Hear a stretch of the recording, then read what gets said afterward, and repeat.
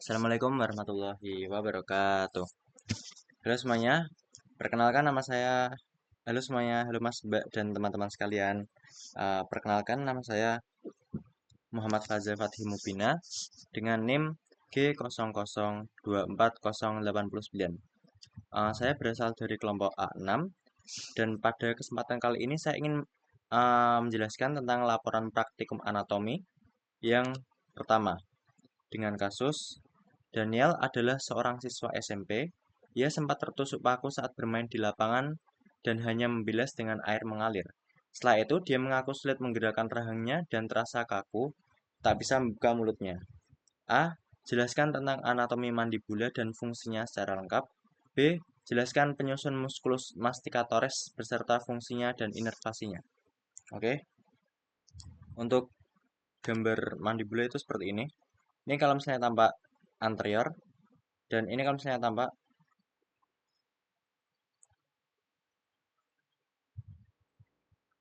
ini kalau misalnya tampak posterior.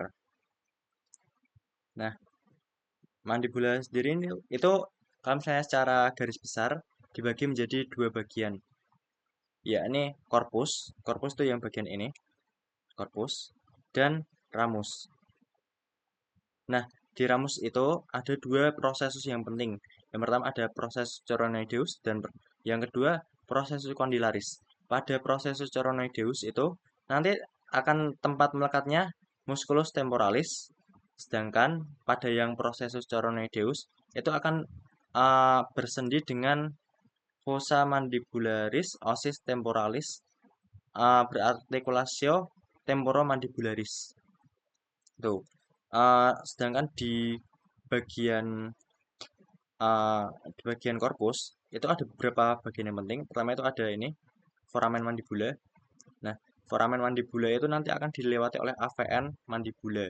Oh ya, di sini tuh nanti ada namanya angulus. Angulus itu tempat kayak uh, yang membedakan antara korpus dengan ramus. Jadi kayak tempat uh, kayak yang bagi gitulah angulus. Nah, nanti itu angulus mandibula itu nanti akan dilewati oleh ligamentum stylomandibularis. Oke.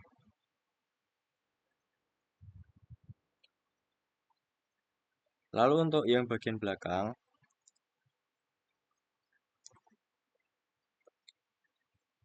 itu nih di sini ada namanya simpisis mandibulae.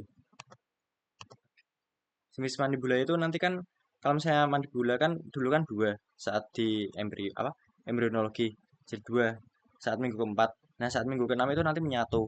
Nah, tempat persatuannya itu nanti di simpisis mandibulae gitu. Di sini juga ada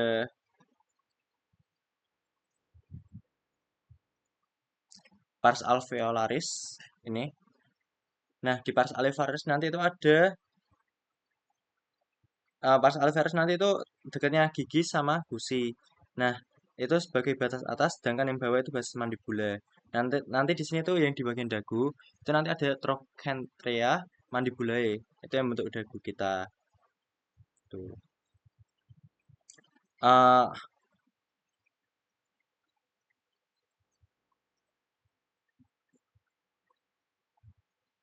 lalu lanjut ke yang bagian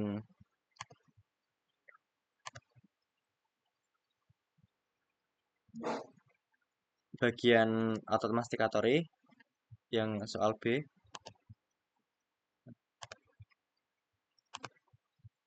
Jelaskan penyusun musculus masticatoris beserta fungsinya dan inervasinya. Jadi musculus masticatoris itu ada empat, yakni yang masseter, temporal, pterygodeus lateral, dan pterygodeus medial. Nah, nanti yang bagian kalau misalnya otot masticatoris itu berfungsi untuk menggerakkan mandibula kalau misalnya secara umum. Nah, nanti itu fungsinya itu untuk mengunyah juga. Nah, di yang ini temporalis itu nanti akan dilekati oleh inervasinya itu nervus temporalis profundus. Sedangkan kalau misalnya yang masseter itu nervus mesentericus. Lalu yang musculus pterygoideus. Nanti itu nervusnya nervus pterygoideus lateralis, terus yang medialis itu nervus pterygoideus medialis gitu, sesuai namanya. Nah, nanti itu untuk masseter itu fungsinya untuk menutup mulut, sedangkan yang masseter itu menutup rongga. Nah, kalau misalnya yang pterygoideus lateral dan pterygoideus medial itu fungsinya untuk menggerakkan mandibula itu ke bawah. Mungkin sekian dari saya. Jika ada salah maaf, jika ada salah saya mohon maaf. Wassalamualaikum warahmatullahi wabarakatuh.